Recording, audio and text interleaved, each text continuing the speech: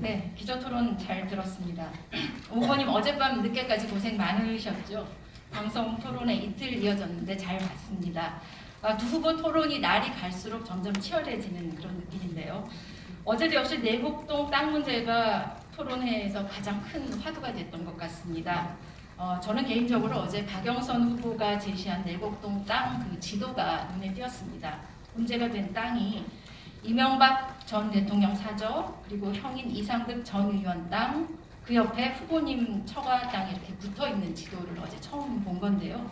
이 부분에 대해서 오세훈 후보님의 해명이 좀 필요할 것 같습니다. 설명 듣고 싶습니다.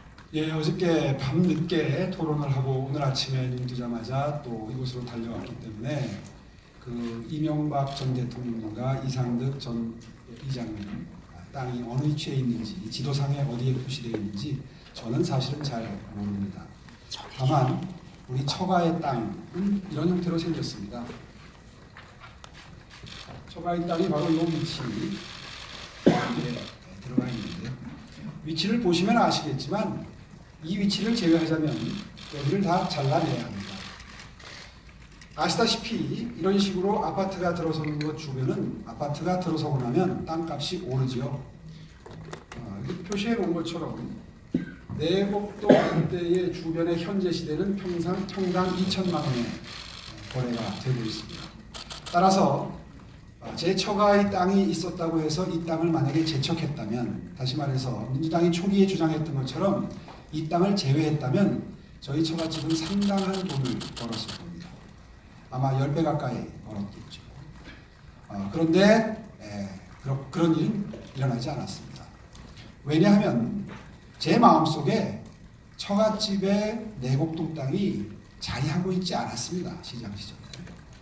물론 선거를 치를 때 재산 공개를 하면서 내곡동 땅이 8분의 1 지분, 저희 아내 8분의 1 지분이 그 재산 공개 내역에 들어가긴 합니다. 그런데 사실 우리나라의 대부분의 남성들이 그렇듯이 내곡동 땅에 대해서 물어보는 것도 민망합니다. 사실. 어떤 땅이냐, 어디에 있느냐, 가치가 얼마나 나가느냐, 이거 물어봅니까? 사실 물어보게 되지 않습니다. 그냥 처갓집에 상속받은 땅이 하나 있구나, 강남 어딘가에 있구나 정도로 생각을 했던 게 사실이고요. 제 임기 5년 동안 이것을 의식하고 제가 행정행위를 한 적은 단 한 번도 없습니다. 다시 말해서 제 마음속에 없었던 겁니다.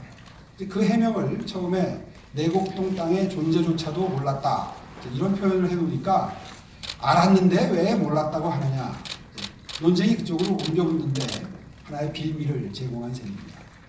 다시 한번 분명히 말씀드리지만 내곡동에 돌아가신 장인어른 1970년에 돌아가셨으니까요. 제 아내 초등학교 4학년 때입니다. 돌아가셨는데 40년 정도를 그 이후에 갖고 있었던 땅이 정부에 의해서 강제 수용이 된 겁니다. 그 부분에 대해서 이제는 오해가 많이 풀린 것 같아요. 상속된 땅이라는 것은 이미 다 알려진 것 같고. 자, 그렇다 그러면 결정에 관여했는가? 다시 말해서 이 문제의 땅이 처음에는 이제 국민 임대주택 단지로 지정이 된 거거든요. 그러다가 이제 MB, 그러니까 이명박 전 시장이 대통령이 되시면서 보금자리 주택 정책을 하면서 이름이 바뀐 거에 불과합니다. 그런데 지금 보시는 것처럼 1904년 노무현 정부의 국민 임대주택 단지로 추진되기 시작합니다. 제가 2006년 7월에 시장으로 취임을 했으니까요. 2004년부터 이 논의가 시작된 걸 보면 얼마나 역사가 오래된 곳인지 아마 아시게 될 겁니다. 논의를 그렇게 해서 제 시장 취임 전인 2006년 3월에 지구 지정이 제안이 됩니다. 지구 지정 제안이라고 하는 것은 이제 이 일을 해야 될 SH공사가 국토부에 여기를 국민 임대주택 단지로 지정을 하려고 합니다 라고 제안을 하는 거고요. 다시 말해서 이명박 전 시장님 시절의 일입니다. 그 시절에 이런 일이 있었다는 것을 입증할 수 있는 자료는 굉장히 많습니다. 이게 서류들을 제가 다 들고 나왔는데요. 처음에 2006년 3월 달에 지금 말씀드린 이 지구 지정한 제안서입니다. 공문서입니다. 이런 공문서가 있고요. 그 다음에 국민임대주택 예정지구 지정제한서의 실제 내용은 이 뒤에 이렇게 붙어 있습니다. 이건 뭐 분명한 사실입니다. 그러니까 이건 뭐 여러 차례 말씀을 드렸기 때문에 이미 다 숙지하신 분들도 계시리라고 생각을 합니다. 그 다음에 이곳이 그린벨트다 보니까 풀어야 되느냐 말아야 되느냐를 놓고 중앙정부의 국토부와 환경부 그리고 SH공사 간에 계속 공문이 왔다 갔다 하면서 논의가 시작이 됩니다. 이 논의가 한 3년 정도 지속이 됩니다. 그러다가 2007년 3월 29일 날 중앙도시계획위원회, 다시 말해서 국토부 산하죠. 국토부 산하. 이때는 아직까지도 노무현 정부입니다. 노무현 정부가 2008년 2월 3월 달에 취임하셨나요? 이명박 대통령께서. 이렇게 되니까 2007년 3월이면 아직 노무현 정부 말기입니다. 이때 중앙도시계획위원회에서 심의를 합니다. 해서 이 문제의 땅, 내곡동 땅에 대해서는 여기에 써 있는데요. 내곡동 땅을 이제 편입시키기로 결정을 합니다. 그런데 민주당에서 문제를 제기하는 것은 이 과정에 그린벨트가 풀리는데 어떻게 시장이 몰랐느냐. 이제 이런 문제 제기를 하고 있는 거죠. 짐작으로. 이렇게 됩니다. 이미 제가 시장으로 취임하기 전에 이명박 시장님 시절에 이 지역을 그린벨트를 풀고 국민임대주택을 짓겠다고 아까 보신 공문서대로 논의가 되기 시작했기 때문에 그 이후에 시장에게 다시 보고할 필요가 없었겠죠. 당연히 짐작하시겠지만. 그래서 주택국장 전결 사항으로 처리가 이렇게 됩니다. 원래 서울시에는 시장까지 결재가 올라오는 사안이 있고 국장 전결, 과장 전결 뭐 이런 사안들이 있습니다. 그런데 이 사안은 원래 법령상 국장 전결로 돼 있는 사안입니다. 이 사안만 그렇게 된 게 아니라. 더군다나 이미 전임 시장님 시절에 가닥이 잡혀 있었기 때문에 저한테 보고할 이유가 전혀 없었겠죠. 실제로 이 문제를 집중적으로 한 3회, 4회 연속 지금 집중 취재를 하고 있는 KBS 측에서도 상당한 시간을 할애해서 당시에 주택국장을 취재했던 녹음을 해가지고 자막 처리를 해가지고 나간 9시 뉴스 시간 뉴스를 보면 그 주택국장이 KBS 뉴스에 이렇게 말한 게 이미 방송이 됐습니다. 이 사안은 시장께 보고된 사항이 아니다. 시장에게 단 한 번도 보고하지 않았다. 왜냐하면 이미 가닥이 잡혀서 논의가 SH공사와 국토부 사이에 계속 진척이 되고 있는 상황에서 시장께 보고할 이유도 없었을 것이다 라는 취지의 이야기를 합니다. 그건 KBS 특대로 방영을 했습니다. 그런 상태에서 제가 알 수 있는 일이 있었겠습니까? 이 사안에 대해서. 그건 상상을 못하는 일이죠. 그러다가 또 이런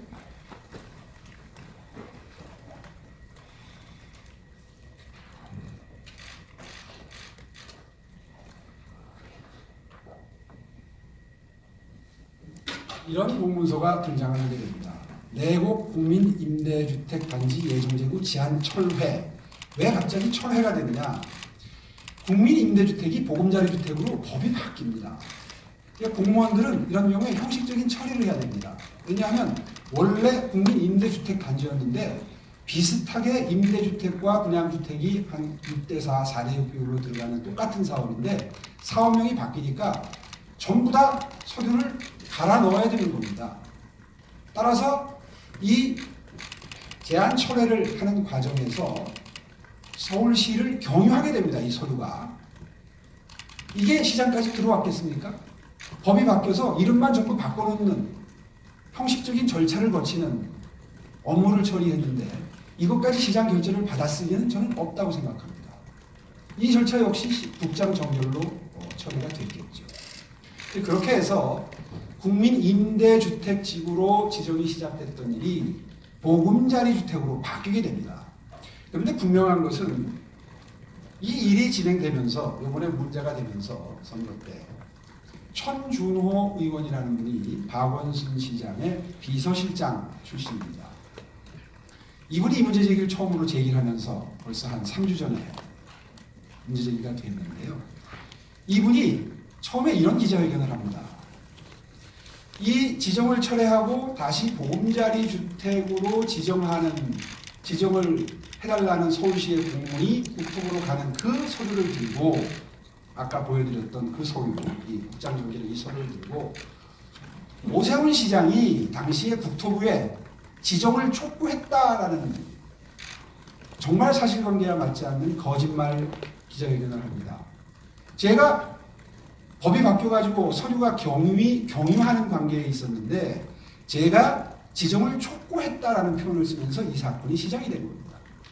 그래서 당시에 제가 해명을 했습니다. 아, 그거는 촉구한 게 아니라 법이 바뀌어서 기존에 지정됐던 임대주택지구가 보금자리주택지구로 바뀌는 과정에서 중앙정부, 국토부의 협조 요청에 의해서 형식적인 서류를 국장 정결로 해서 보낸 서류입니다.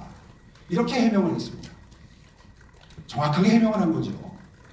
이미 10년 전에 있었던 사안이니까 그나마 신속하게 바로 그날 대응이 됐던 겁니다. 이게 다입니다. 그 이후에 나왔던 이야기들은 다 사실을 부풀리거나 왜곡하거나 혹은 비틀거나 본질을 흐리거나 했던 일들에 불과합니다. 아마 그러면 물어보실 거예요. 무슨 측량 현장에 오세훈이 등장을 했다. 그리고 뭐 까만 선글라스를 끼고 뭐 하얀 무슨 옷을 입고 장발을 입었다나 그러는데요. 3명이나 봤다는 것은 그 측량 현장에 갔었다는 거고, 그러면 이 땅의 존재를 알고 있었던 것 아니냐, 이거를 입증하기 위한 작업인 것 같습니다. 근데 그 시기가 2005년 6월입니다. 그러니까 제가 시장이 되기 1년 전의 일입니다. 죄송한데요. 지금 저희 패널들이 질문을 해서 충분히 해명을 하실 기회를 드릴 텐데요. 지금 이렇게 되면 저희들이 할 질문이 없어지거든요. 그렇게 하십시오. 차근차근 진행하겠습니다. 자, 이어서 경향신문 구혜영 정치부 선임기자가 질문 이어가겠습니다. 예, 지금 그 오 후보께서 그 모두 발언 이후에 이 문제에 대한 입장을 임기 5년 동안 의식하지 않고 그에 맞춰서 행동하지 않았다고 이제 말씀하셨지만, 역으로 이렇게 생각해 볼 수 있을 것 같습니다. 선거에 나오셨기 때문에 이 고위공직자의 부동산 문제는 명확한 입장 정리가 필요하다. 이미 부동산 문제는 공정의 문제로 국민들이 받아들이는 만큼의 지금 공분이 큰 사안이기 때문에 이번 경우는 더더욱 그런 것 같습니다. 이것이 나중에 정책 신뢰도까지도 이어질 수 있는 사안이기 때문에 그렇고요. 그래서 지금 이 문제에 대해서 지금까지 그 오 후보님의 해명을 좀 종합하면 그 여러 가지 쟁점마다 해명이 바뀌거나 그 다음에 논란에 대해서 좀 불충분한 해명, 이런 것 때문에 의혹이 지금 계속 확산되고 있는 것, 이것도 좀 사실인 것 같습니다. 그래서 제가 이렇게 좀 준비를 하다 보니까 어제 토론에서도 이제 강조를 하신 게 SH와 국토부가 협의한 사항이라 나는 개입하지 않았다. 이 입장을 이제 어제도 강조를 하셨는데, 제가 2008년 10월 14일 국회 국토위원회 국정감사 속기록을 좀 봤습니다. 당시 민주당 강찬일 의원이 그린벨트를 해제하고 주택을 공급하기 위해서 이 지역의 10층에서 25층 높이의 고층 아파트 건설을 계획한 국토부의 계획을 서울시가 친환경 저층 주택으로 건설하기를 원했다는 것을 국토부와 상의를 했느냐고 묻습니다. 당시 강찬일 의원이. 이에 대해서 이제 오 후보께서 이미 2008 그때 뭐라고 답변을 하셨냐면 협의 과정에서 서울시의 의견을 전했다, 이렇게 답변을 하신 걸로 속기록에 나와 있습니다. 이 답변으로 보면 오 후보께서 이미 2008년에 그린벨트가 해제되면 국토부가 주택 공급을 위해서 어떻게 하겠다라는 구상을 알고 계셨고, 그리고 이 같은 국토부 구상에 반대하는 서울시에 대안도 제시했음을 좀 시사하는 사례로 해석할 수 있을 것 같습니다. 혹시 이 답변 내용 기억하십니까? 당연히 기억이 안 나죠. 네. 아, 기억이 안 나십니까? 이게 몇 년도죠? 이게 지금 정확하게 2008년 10월 14일입니다. 13년 전의 일이군요. 시간이 2008년. 예. 2008년. 예. 네. 2021년. 예. 13년 전에. 제가 소도에 이 문제가 이 주요 선거에 나오셨기 때문에 쟁점이 되는 거나 후보께서 뭐 각종 인터뷰라든가 뭐 국회에 나와서 말씀하신 내용들 같은 것도 이 국감 말씀은 지금 이 자리에서 처음 듣습니다. 네, 한번 회의로 네. 보시기 한번 바랍니다. 보시고 그것도 그럼 해명해 주시면 근데 좋을 것 이게 같습니다. 왜 문제가 되죠? 아니, 이게 협의 과정에서 서울시의 의견을 전했다라고 서울시의 하셨잖아요. 의견을 시장이 직접 전하지는 않을 거 아닙니까? 예, 그럼 그것도 답변으로 강조를 하겠습니다. 서울시의 의견을 예, 시장이 직접 어느 자리에서 구두로 전달하는 게 아니라 아마 네. 서류로 전달이 됐을 텐데요. 아까 네. 말씀드린 것처럼 네. 국장 정결 사항으로 다 처리가 된 상태에서 네, 아마 이 질문이 네. 사전에 예측이 됐을 거고 네, 그러니까 이거는 사전에 다 의견을 전달했습니다. 네, 국감을 준비하면요. 뭐다 취재를 경험하신 분들이니까 아시겠지만 사전에 질문지를 받습니다. 이렇게 해서 이런 질문이 들어옵니다라고 얘기가 오고요. 그렇게 되면 사실은 답변을 다 사전에 준비합니다. 네, 그렇게 국감이 준비되지 않습니까? 그러니까 밑에서 이 질문이 아까 강창일 의원이라고 하셨나요? 예, 예. 네, 의원님이 이 자료를 요청했습니다 하면 질문을 예측을 하죠. 네. 담당 부서에서. 네. 그래서 그 전날 하루 종일 쭉 보고 공부를 합니다. 네, 그래서 이런 질문이 나오면 이렇게 모험 답안이 다 미리 제 책상에 올라오죠. 네. 하루 종일 이제 들여다보고 거기에 맞춰서 답변을 합니다. 그러니까 네. 마치 속기록을 보면 제가 그 자리에서 기억을 하고 답변한 것처럼 모양이 되겠지만 사실상 국감회의록은 그런 식으로 작성이 된다는 것을 국민 여러분 이해해 주시면 되겠습니다. 그러면 이 문제 관련해서 오 후보께서 좀 더 구체적으로 답변하신 내용도 제가 좀 네. 살펴보니까 있던데요. 2009년 10월 16일 서울시의회 도시관리위원회 회의록입니다. 당시 김효수 주택국장께서 이 개발과 관련한 주택 공급 계획 뭐 이런 걸 얘기를 하다가 김효수 국장께서 당시 오 후보가 부릉지의 성냥갑 아파트는 가급적 배제하고 친환경적 주거단지를 만들자고 해서 방향을 바꿨다. 이렇게 발언을 하셨습니다. 네. 그리고 좀 더 구체적으로 오세훈 시장께서 이렇게 하는 건 안 맞지 않느냐. 그래서 친환경적 주거단지를 만들자 해서 방향이 바뀌었다고 이제 얘기를 한 내용이 도시관리위원회 회의록에 나옵니다. 네. 예. 그럼 이 발언을 보면 오 후보께서 당시 보금자리 주택 이 부분을 관심 있게 보고 있었고 이미 내곡동 땅에 대해서도 인지하고 있었을 가능성도 있지 않느냐. 거기에 내곡동 땅에 대한 언급은 지금 없는 거죠. 무슨 말씀을 드리고 싶으냐면 그때는 서울 시내에 짓는 모든 아파트에 대해서 성냥갑 모양의 환상형 아파트라고 그러죠. 그런 것들은 이제 더 이상 짓지 말고 디자인 개념이 들어간 그런 아파트를 짓자는 건 서울시 전체에 해당되는 얘기고 예. 이게 굳이 보금자리 주택이나 여기에만 해당되는 얘기가 아니고 더군다나 내곡동에 대한 이야기는 아닙니다. 네. 그거를 이제 의심의 눈으로 보시니까 이거 내곡동에 대해서 알았고 지시를 했다 이렇게 해석이 되지만 당시 그 말은 입에 붙어 있었던 거의 아시지 않습니까? 디자인 소홀을 했다는 건 뭐 세상이 다 아는 사실이지 않습니까? 그런 정도의 언급을 그 자리에서 한 걸 그렇게 속기록이 적고 있는 걸로 저는 그렇게 이해가 됩니다. 근데 어찌됐든 협의 과정에서 서울시 의견을 전했다. 그 다음에 오세훈 시장께서 이것은 안 맞지 않느냐라는 발언 이런 걸로 보면 물론 정결사항이라고는 말씀하셨지만 이 정도 답변을 하시려면 최소한 보고를 받으시거나 이 정도 내용을 어느 정도 좀 알고 있는 상태에서 답변하지 않았겠느냐. 그렇다면 이거는 2008년에 그린벨트가 해제될 때 국토부가 어떤 구상을 갖고 있었고 그리고 서울시는 이 구상에 어떻게 반대한다라는 걸 사전에 좀 의견 교환을 하지 않으셨을까라는 추측이 좀 가능한데요. 당시 상황이 구체적으로 기억은 안 납니다만 이렇게 됐을 겁니다. 아마 일반론적인 이야기를 했다면 보금자리 주택이나 공인임대주택을 추진하는 자리가 내곡동만 있었던 건 아니기 때문에 보고를 할 때도 내곡동만 따로 보고하는 게 아니라 당시에 추진되던 보금자리 주택지구를 아마 종합적으로 아마 리스트업을 해서 그 서류를 가지고 보고를 했을 가능성이 높다고 저는 보여집니다. 거기에 대해서 언급을 만약에 했다면 일반론적인 지시를 했겠죠. 이러이러한 방향으로 아파트의 디자인을 좀 살리고 뭐 이렇게 지시를 했겠죠. 그런데 그거를 거기다 갖다 붙여서 얘기를 하니까 지금 거기에 대해서 특정한 지시한 것처럼 이렇게 착각이 들 수 있도록 지금 해석을 하시는데요. 저는 전혀 사실과 다르다고 생각합니다. 왜냐하면 한번 생각해 보십시오. 서울에는 크고 작은 실국 본부가 산하단체까지 해서 약 250개의 세부 부서가 존재합니다. 이 질문은요, 예를 들면 대통령께서 어디 무슨 복지부의 무슨 과 단위에서 한 일을 다 알고 있었지 않느냐.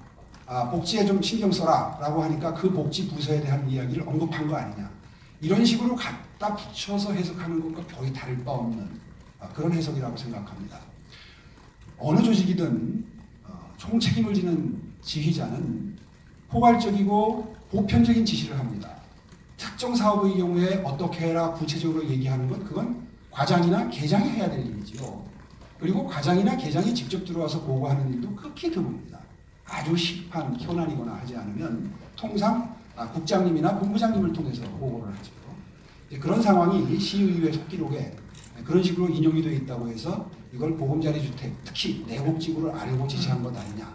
이거는 정말 큰 전강부호입니다. 예, 그 정도는 그럼 정리하시고 예. 추가하는 있으신가요? 네, 그러면 다음 질문으로 넘어가 볼까요? 네. 네. 거듭되는 그 보고 관련된 내용인데요. 네. 그 오국께서는 내곡동 그린벨트 해제 그리고 주택지구 지정은 주택국장 전결 사항이라서 시장이 안된 것이다 이렇게 해명을 하고 있습니다. 그러나 이해관계자들의 갈등이 심각했던 그런 사안에 대해서 과연 시장에게 보고하지 않고 추진할 수 있었을 건지, 또 하나는 SH공사의 내곡동 보금자리 지정 제안서 관련 문건에는 서울특별시장 오세훈이라고 분명히 적시되어 있는데 보고하지 못했다는 게 사실입니까? 예, 사실 이 정도 사안은요, 이해관계자들이 갈등이 있는 사안에 들지도 못합니다. 사실은 재건축, 재개발 현장 같은 것은요, 엄청난 갈등이 존재하고 정말 시장이 관심을 기울여서 갈등을 해소해야 될 그런 사건들이 빈발하는 거죠. 그런데 그린벨트를 해제하고 그 지역에 땅을 수용하는 정도의 일은 이거는 거의 갈등이 없는 일이나 마찬가지입니다. 물론 보상가에 대해서 늘 토지주들은 불만이 많지. 대한민국 정부를 비롯해서 어느 나라 정부든지 간에 땅을 수용하는데 충분한 돈을 대가를 지불하고 수용하는 경우는 잘 없습니다. 그리고 실제로 저도 이번에 이제 문제가 되고 나서 이 사건을 많이 처리했던 법조인, 그러니까 다시 말해서 토지를 수용하는 업무를 처리했던 분들이나 또 그 사건을 주로 했던 법관들에게 물어봤습니다. 그랬더니 통상 정상적으로 팔면 거래하면 얻을 수 있는 토지 가격의 약 90% 정도를 토지 수용가로 결정을 하고 소송을 제기해 오면 마지못해 한 10% 정도를 더 보태서 소송 비용 정도 빠질 수 있을 정도의 금액을 보태서 수용 판결을 한다고 합니다. 법원에서도. 그러니까 대부분 이 토지 수용 가격을 통보받는 주체들은 처음엔 다 분노하죠. 내 땅이 왜 이거밖에 가격이 안 가느냐. 그러다가 소송하게 되면 법원에 불려다녀야죠. 비용 쓰지요. 그리고 결국 올려주는 건 변호사들이 한 10%, 15% 올라갑니다. 그러면 비교하게 되죠. 내가 이렇게 노력을 기울이고 시간을 뺏기고 돈을 쓰고 변호사 비용 쓰고 해가지고 이거 정도 더 받으면 이거 소송하는 게 나은가 마나 고민하다가 결국 결론은 아유 그냥 준다는 돈 받자 이런 쪽이 대부분이고요. 그 중에서 이제 권리의식이 특히 강한 분들은 법원까지 사건을 가지고 가게 됩니다. 보통 이런 과정을 거치게 되는데 지금 이 정도로 이해관계가 큰데 이게 시장에게 보고가 안 되느냐 이런 말씀을 하시는 건 전 사실은 지금 제가 설명드린 바에 비추어 봐서 전혀 이해하기 힘든 사안이라는 말씀을 드리고요. 그 다음에 공문서에 서울시장 지인이 찍혔다. 그러니까 여기도 찍혀 있지 않습니까? 보여드렸던 이 서류도 찍혀 있는데요. 국장 전결 사항도 외부로 서류가 나갈 때는 항상 서울시장 지인을 찍습니다. 그건 과장 전결도 마찬가지입니다. 그렇기 때문에 그리고 이것은 관행이 아닙니다. 법령에 그렇게 되어 있습니다. 그래서 박원순 시장 시절에도 똑같이 이런 관행대로 이런 법령대로 사건이 서류가 처리가 됐거든요. 그러니까 이렇게 중요한 일이 이 사건 하나만 떼어놓고 보면 아니 그린벨트가 풀리는 중요한 사안인데 어떻게 국장 전결이야 라고 말씀하시겠지만 이런 정도의 사안은 서울시에서 그렇게 희귀한 경우도 전혀 아니고요. 그리고 기존의 법령에 입각해서 국장 전결로 처리한 전형적인 사례였다는 거 오해가 없었으면 좋겠습니다. 예. 이어서 김홍수 위원님. 네, 제가 좀 질문 드리겠습니다. 그 내곡동 의혹권은 제가 보기에는 초기에 이제 오 후보님의 해명 내용 상식적이지 않아서 의혹 제기가 계속 확대 재생산되는 게 아니냐 이런 생각이 듭니다. 그러니까 내곡동 땅 그 국민임대주택 지구 지정이라든지 보금자리 주택 재지정이라든지 이게 다 오 후보님이 그 서울시장 전직 시절에 있었던 일이고 2000년 국회의원 선거 때 그리고 2008년 서울시장 그 재산 신고 항목에도 그 내용이 들어 있었기 때문에 그런데 오후님이 초기에 땅 존재도 몰랐다, 임대주택 지정 몰랐다 이렇게 말씀을 하시니까 이게 뭐지 상식적이지 않다, 잘 납득이 안 된다 이런 의견이 이제 확산이 된 것 같습니다. 이게 혹시 어떤 착각이 있었던 겁니까? 무슨 말 실수 같은 게 있었던 건가요? 착각이라기보다도 그렇게 지적을 하시니까 제가 좀 반성을 하게 되는데요. 존재 좋다 몰랐다라는 표현이 빌미가 된 것 같습니다. 정확한 표현은 제 의식 속에 없었다 이렇게 표현했으면 참 좋았을 뻔했다는 생각이 지금 듭니다. 사실 선거하면 선거 현장에서 갑작스러운 질문을 받을 때가 많습니다.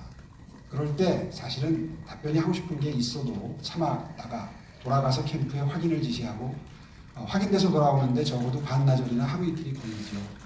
이번 사건은 처음에 그렇게 대처를 했었으면 더 좋을 뻔했습니다. 그런데 지금 명백하게 기억이 나는 것이요. 그날 아침에 마곡지구에서 뭔가 현장에서 서남권 발전 방안에 관한 브리핑을 하는 언론을 모시고 하는 행사가 있었습니다. 그 행사가 제 기억이 한 10시나 10시 반 정도였는데 이 문제의 기자회견을 그쪽으로 가는 과정에 천준호 의원이 기자회견을 한다는 사실을 차 속에서 알았습니다. 이런 경우에 보통 후보자는 고민을 합니다. 이게 나가게 되면 바로 확산이 될 텐데 최대한 빠르게 대처를 해야 된다는 강박관념이 생기죠. 그래서 빠르게 이거 방안이 없느냐 그랬더니 10년 전에 해명한 자료가 있습니다. 그래서 그거를 요즘에는 이제 모바일 시대니까 휴대폰으로 받았어요. 순식간에. 사실은 기자회견 내용이나 기자회견 한다는 사실을 기자회견 하기 전에 한 1시간 전쯤에 알게 된 것 같아요. 그래서 미리 대처가 가능했던 거죠. 그래서 천준호 의원이 기자회견을 한 직후에 제 해명이 나갑니다. 첫 해명이 나갑니다. 사실은 이러한 신속한 대처에 당신은 굉장히 만족을 했습니다. 왜냐하면 거의 동시에 나갔기 때문에 기사의 반론까지 같이 실렸으니까. 사실은 신속성, 필요로 하는 신속한 대처에는 성공을 했죠. 그런데 이제 문제가 생기기 시작한 것이 그 다음입니다. 왜냐하면 10년 전에 해명할 때 썼던 표현을 그대로 쓴 겁니다. 그러다 보니까 본의 아니게 표현이 과한 표현이 있었고 부정확한 표현이 있었고 그렇게 된 거죠. 그렇게 된 것이 시작이었고요. 그 다음에 이 존재도 몰랐다는 표현은 그 다음 날 하룻밤인가 이틀밤을 잔 다음에 나온 표현인데요. 솔직히 말해서 아까도 말씀드린 대로 이미 처갓집에 상속받은 재산이고 분명한 것은 큰 처남이 8분의 3 지분이고 작은 처남이 8분의 2 지분이고 저희 처갓집이 2남인입니다. 형제가. 그 다음에 제 처와 처제가 8분의 1, 장모님이 8분의 1 이렇게 상속받은 땅인데요. 8분의 3이나 8분의 2를 상속받은 큰 처남과 작은 처남이 있는데 서로 집사람이 이번에 우리 몫으로 이 땅 강제 수용된 거 얼마가 나왔다라고 저한테 그때 뭐 한 계산을 해보니까 한 4억 세금 띄고 나면 한 4억 정도 되겠더라고요. 4억 정도 되는 돈을 받았다. 이런 얘기를 들으면 통상의 대한민국 남편들은 반응이 어떨까요? 그래, 참 큰 도움 되겠다 이거. 고맙네. 장모님께 다음에 만나면 고맙다고 말씀드려야 되겠네. 이 정도 아니겠어요? 사실 그러고 나서 새까맣게 까먹는 겁니다. 이걸 계속해서 의식하고 내곡동 땅에서 우리가 뭔가 보상을 받았다는 걸 의식하고 일을 하게 됩니까? 그 전에도 역시 마찬가지죠. 재산신고하는데 그 전에는 내곡동 땅이 있다는 사실도 알지 못했겠죠. 처갓집에 네, 시간을 너무 이건 설명해 드려야 되겠습니다. 너무 그동안 했던 질문들도 있고 그래서요. 또 아마 저 패널들 답변을 통해서 질문하실 시간 충분히 있으실 것 같고요. 이어서 그러면 말실수가 나온 김에 말실수 얘기를 계속해서 그러니까 지금 사실 말씀하신 대로 해명이 조금씩 바뀌고 표현이 바뀌고 구체적인 그 팩트를 조금씩 바뀌면서 논란을 키우는 면이 없잖아 있습니다. 근데 그게 거짓말은 아니지 않습니까? 그러니까 상대방은 그걸 자꾸 거짓말했다, 말 바꿨다 이렇게 얘기하는데 존재조차도 의식 못했다는 말을 존재도 몰랐다고 표현한 게 그렇게 큰 죄가 되나요? 그거를 그렇게 접근하시면 그거 하나를 죄라고 말할 수는 없지만 저희가 아까도 말했듯이 지금 공직자가 자기 공직을 이용해서 사익을 추구했느냐의 문제가 말씀하신 대로 핵심이고 그 여러 정황들을 보여주는 팩트를 하나씩 검증하는 과정이 지금 선거 과정이기도 하기 때문에 그걸 너무 가볍게 여기서는 안 된다는 생각이 드는데 물론 그렇습니다. 너무 가볍게 여기시는 것 같아서 그건 좀 유감입니다. 신속하게 그래서 대처하다 보니까 네네.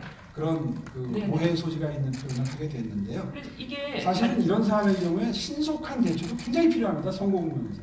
네, 근데 단지 상대 후보에 대해서만 반박을 하는 것이 아니라 국민들한테 유권자에게 네. 설명을 하는 것이기도 하고 그것이 반복되고 있는데 예를 들면 저 측량 현장에 갔느냐 하는 질문을 받고 기억이 겸손해야 한다 그런 말씀하신 것도 있거든요. 그럼 네. 어떤 의미입니까? 네, 그 점에 대해서 또 좀 오해가 풀려야 되겠습니다.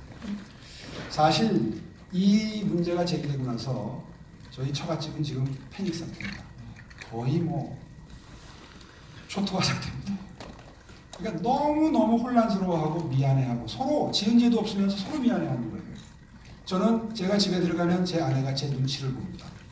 또 저도 제 아내 눈치를 봅니다. 이게 마음에 상처가 될까 봐.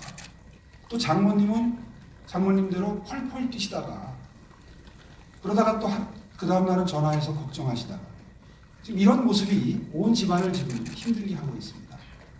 이제 이런 상황에서 기억에 겸손해야 된다는 표현을 하게 됐는데요. 왜 그러냐면요. 처음에 큰 처남이 분명히 같다는 겁니다. 당시 장인어른은 지금 제가 말씀드리는 장인어른은 이제 장모님과 재혼하신 사실혼 관계에 있는 장인어르신입니다. 지금 사실혼 관계가 거의 40년 가까이 지속이 돼서요. 굉장히 아름다운 로맨스로 보도가 되는 그런 적도 있는데요. 그 장인어른은 분명히 가셨습니다. 근데 그 장인어른조차도 누가 같이 갔는지 기억을 못 하세요. 큰 처남은 근데 제가 안 간 건 분명하다고 말씀을 하십니다. 근데 큰 처남은 분명히 갔습니다. 여러 사람 장인어른도 기억을 하세요. 그런데 큰 처남은 작은 처남이 간 걸 기억을 못합니다. 근데 작은 처남은 자기도 잠깐 갔다 왔다고 또 기억을 합니다. 이게 16년 전의 일이다 보니까 사람의 기억력이 그런 대화를 하는 걸 제가 옆에서 이렇게 지켜보면서 저 역시도 뭐 전혀 안 갔죠. 제 기억이 없어요. 이런 모습을 제가 이렇게 지켜보면서 야, 사람의 기억력을 믿을 게 못 되는구나. 예, KBS라는 유력 언론이 이건 말씀을 좀 드려야 되겠습니다. KBS라는 유력 언론이 계속해서 증인을 발굴을 해가지고 뭐 측량 팀장도 저를 봤다. 측량 현장에서 뭐 누구도 봤다. 뭐 밥까지 같이 먹었다. 이렇게 보도를 하는 걸 보고 처음에는 분노했지만 지금은 저도 이거 내가 갔는데 기억 못한 거 아니야? 처남들처럼 나도 기억이 이게 흐려져서 더군다나 기억력이라는 건 그런 특성이 있습니다. 계속해서 반복적으로 그 언급을 하거나 다른 사람과 대화를 할 때 그거를 소재로 쓰거나 하면 기억이 계속 유지가 되거나 강화가 됩니다. 그런데 그 일을 그 다음부터 한 번도 얘기를 안 하면 5, 6년만 지나도 뭘 했는지 전혀 기억 못하는 게 인간의 기억력입니다. 그래서 그날 토론회 때 답변을 할 때 전 분명히 안 갔습니다. 그런데 기억력 앞에 겸손해야 된다는 사실은 저는 알고 있는 사람입니다. 라는 표현을 썼습니다. 전 지금도 말만이라는 공격을 계속 받으시니까 거기에 대해서 본인의 기억이 너무 오래된 일이기 때문에 잘 모를 수가 있고 착오가 생길 수 있다라는 그런 정도로 저희가 이해를 하면 될 것 같아요. 그렇습니다. 네, 이 논란이 너무 길어지는 것 같아서 지금 내곡동 땅 관련해서 대강 저희가 이야기를 하기는 해야겠지만 거의 다 짚은 것 같고 한 가지 문제 정도가 남은 것 같습니다. 그 보상 문제 가지고 여전히 조금 풀리지 않는 부분이 네. 있기 때문에 그 부분에 대해서 예경제 김대영 의원 질문 주시겠습니다. 네, 그 내곡동 땅 공시지가 2005년에 43만 원입니다. 2010년 보금자리 주택지구로 지정되면서 148만 원으로 뛰었습니다. 5년 만에 3배가 넘게 올라서 36억 원을 보상을 받았고요. 근데 내곡 올랐다고? 보상을 그렇게 받았다는 거죠. 36억.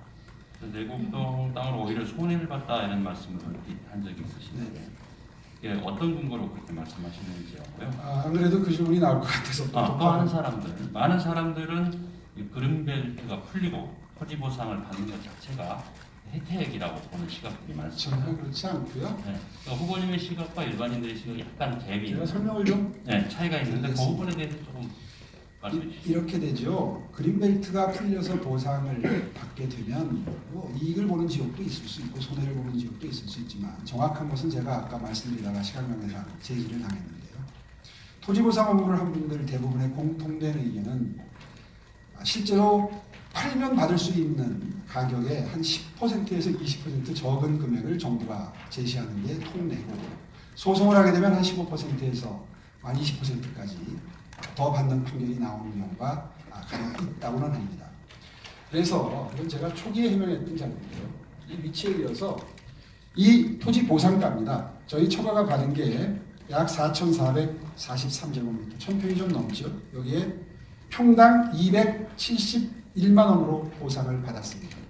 그런데 2011년도 보상받을 당시에 국토교통부 실거래가 시스템을 조회해 보니까 이 근처에서 거래된 사례들을 바탕으로 한 당시의 시가를 보니까 들쭉날쭉하지만 평균 317만 6,038원이 나옵니다.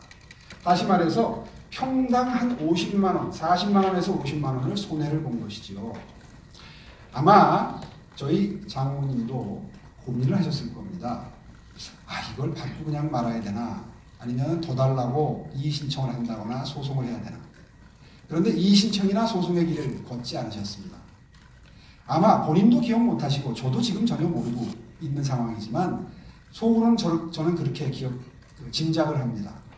우리 사위가 그래도 서울시장을 했는데 장모라는 사람이 이 문제를 가지고 이의 신청을 하거나 돈을 더 달라고 소송을 하는 게 올바른 일이냐 아마 고민하셨을 거고 결국 결과적으로 그냥 정부에서 제시한 금액을 그대로 받으셨습니다.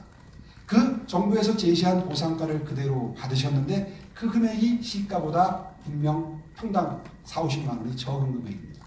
자, 이렇게 되면 이제 종합을 해보면 노무현 정부 때 이 지역을 지정하기 시작했고 그 이후에 보금자리 주택으로 바뀌면서 형식적으로 서류가 오가는 절차 끝에 결국 이 지역에 보상이 이루어졌는데 그 보상의 결과가 시가보다 낮았다.